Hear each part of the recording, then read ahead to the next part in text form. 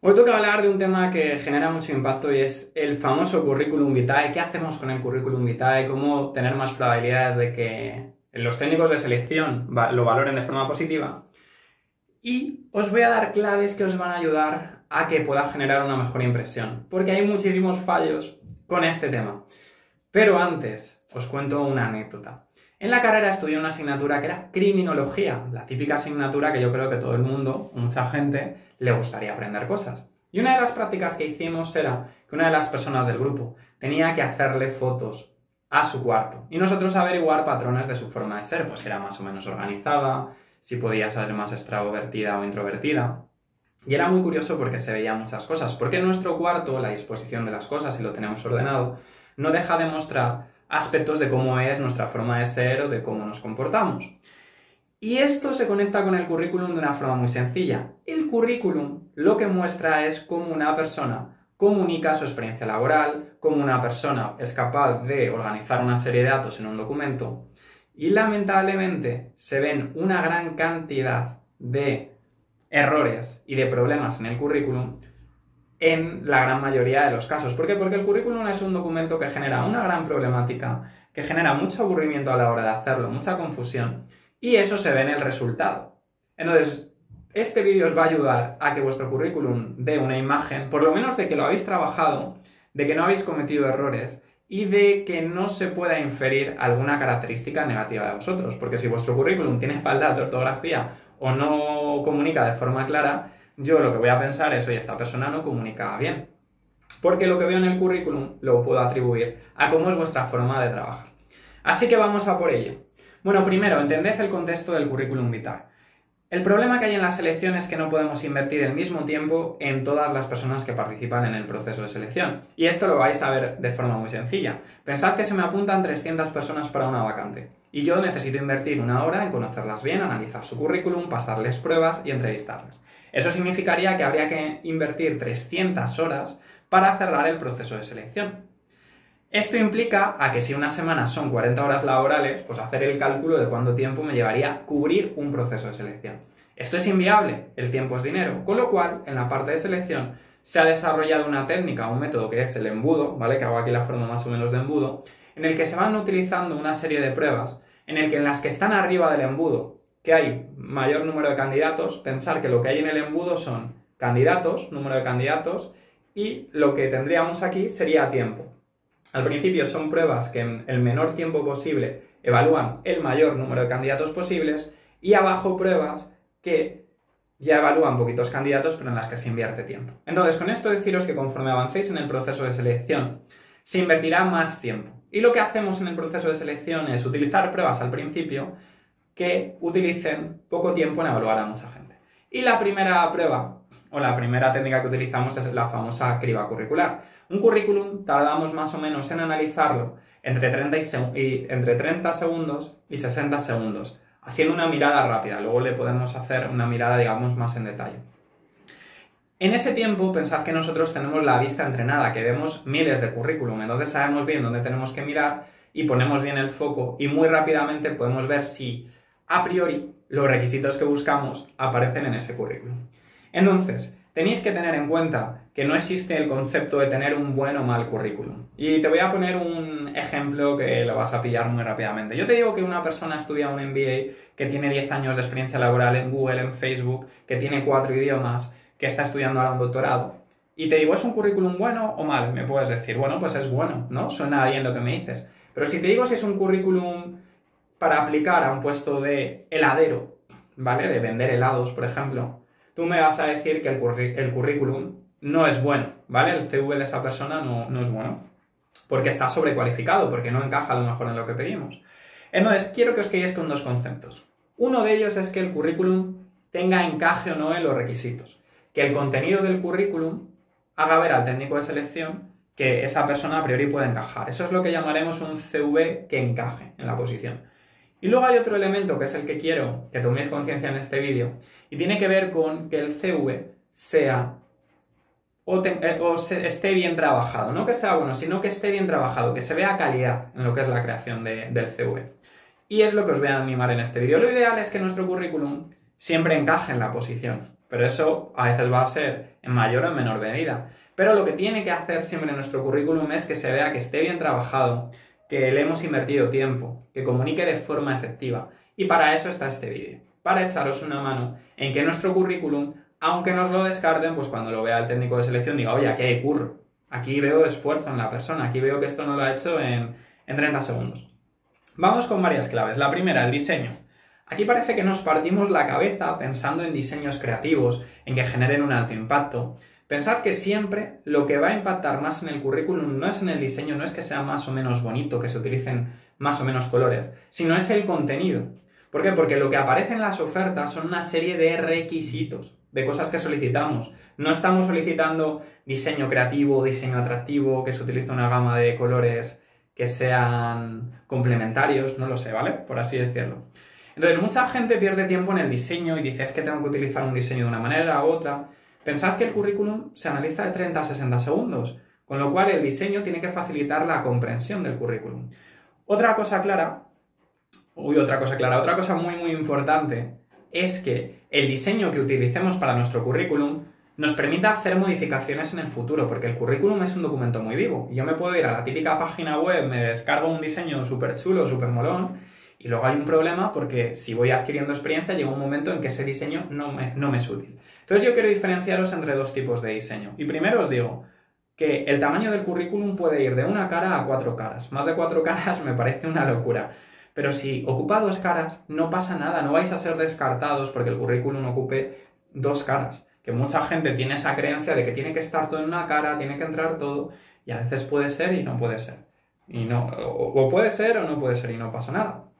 Yo he visto grandes currículums que encajaban en la posición que me ocupaban 2 o 3 caras y no pasa nada, no les he descartado. Lo importante es que el contenido, que luego lo veremos, sea interesante y no sea poner ahí lo más grande y todo lo que hemos hecho. Entonces, yo diferencio entre dos tipos de currículum. Está el currículum a una columna, en el que la información lo ponemos todo en una columna, ¿vale?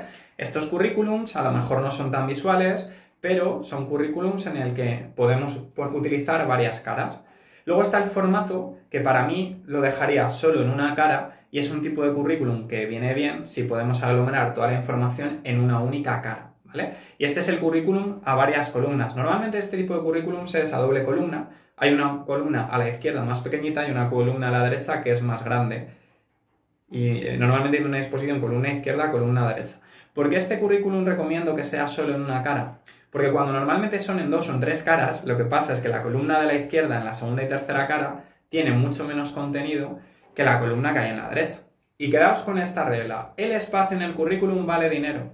Entonces, y a lo que le dediquéis más espacio, le estáis dando más valor. Por eso, para mí no tiene sentido un currículum, imaginad una cara en el que la foto ocupe media cara y el nombre un cuarto de cara. Me lo estoy inventando. Entonces estáis invirtiendo mal el espacio. Tened siempre en cuenta dentro del diseño si lo queréis a una columna o a doble columna y cómo utilicéis el espacio para las distintas secciones. La clave es utilizar el espacio o utilizar más espacio para las secciones más relevantes, es decir, si para experiencia profesional o experiencia laboral, que es la sección más importante, utilizo esto, y para formación complementaria a esto, estáis dando más relevancia y más importancia a la formación complementaria que a la experiencia, cuando la experiencia es mucho más relevante.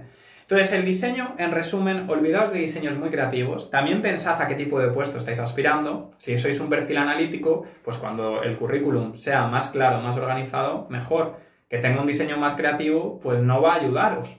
Ya si os dedicáis a profesiones más orientadas al diseño, tipo diseño gráfico o marketing, podéis hacer un currículum más visual, o si queréis hacer un currículum súper alternativo, yo recomiendo enviar el currículum súper alternativo y el currículum más clásico. En los currículums lo clásico funciona, porque lo que vemos no es solo el diseño y si es bonito, no, lo que vemos es el contenido. Y la clave, y ahora lo veremos también con el contenido, es las categorías que hay que utilizar. Yo recomiendo el número mágico de 8, que lo haga bien por aquí. Entonces, empiezo. Haré vídeos de qué contenido introducir en cada categoría, ¿vale? Si os gusta este vídeo, pero simplemente os voy a decir las categorías y cómo estructurarlas. Si es un currículum de una única columna. Primera categoría, datos personales. Segunda categoría, carta de presentación sobre mí. No hay que escribir más de 3 o 5 líneas. Tercera categoría sería formación académica. Cuarta categoría sería experiencia laboral. quinta categoría, formación complementaria, sexta categoría, idiomas, séptima, ofimática o informática y octava, otros datos. ¿Vale? Esas serían las categorías. ¿Qué puedo poner en otros datos? Pues ahí puedes poner el carnet, tu disponibilidad de incorporación, algún proyecto que tengas, pues otra información que no entre. Si el currículum es a doble cara, a doble columna, ¿vale? Entendiendo columna de la izquierda más chiquinina, columna de la derecha más grande, la columna de la derecha ponemos aquellos elementos que tienen más relevancia o más importancia. ¿Cuáles son estos elementos? La carta de presentación, la formación académica y la experiencia laboral. Dejando en la parte de la izquierda los 5 otros elementos. Datos personales, formación complementaria, idiomas, ofimática y otros datos. Si en la parte de la izquierda no os entra todo, pues intentad mover alguna de las secciones a la parte de la derecha. Pero en la parte de la izquierda yo siempre dejaría datos personales.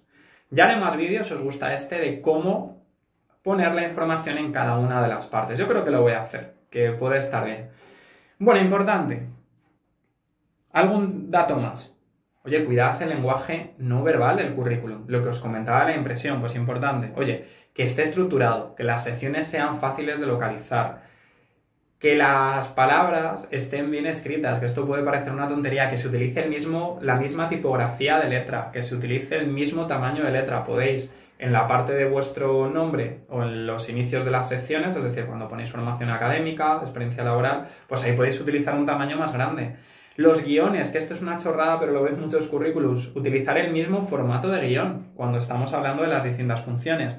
Esto también me ocurre mucho. Cuando escribimos una función es una frase. Entonces las frases acaban con un punto. Es muy curioso como hay muchos currículum en el que ves una frase que acaba con un punto, la siguiente sin punto, la otra con punto, ¿vale? Es decir, cuidad todos estos pequeños detalles que os he comentado. Porque si no va a mostrar que el currículum no está bien trabajado. Es decir, que es el típico informe o el típico trabajo que se hace y hay falta de atención al detalle. Y eso os va a generar un impacto negativo. Y luego, muy importante, que esto es un gran error. No pongáis todo lo que habéis hecho en el currículum. No hace falta ponerlo todo. No es vuestra biografía laboral. Sed interesantes, sed inteligentes, ya no sé lo que digo. Y poned aquella información que estamos buscando en el puesto. Y os pongo un ejemplo muy sencillo. Imaginad que yo quiero aspirar a un puesto de técnico de selección, en el que se buscan funciones relacionadas con la selección. Y yo, en mi puesto actual, hago selección, pero hago otras áreas. Y vamos a imaginar que yo tengo mi puesto actual distribuido en 10 funciones distintas, ¿vale?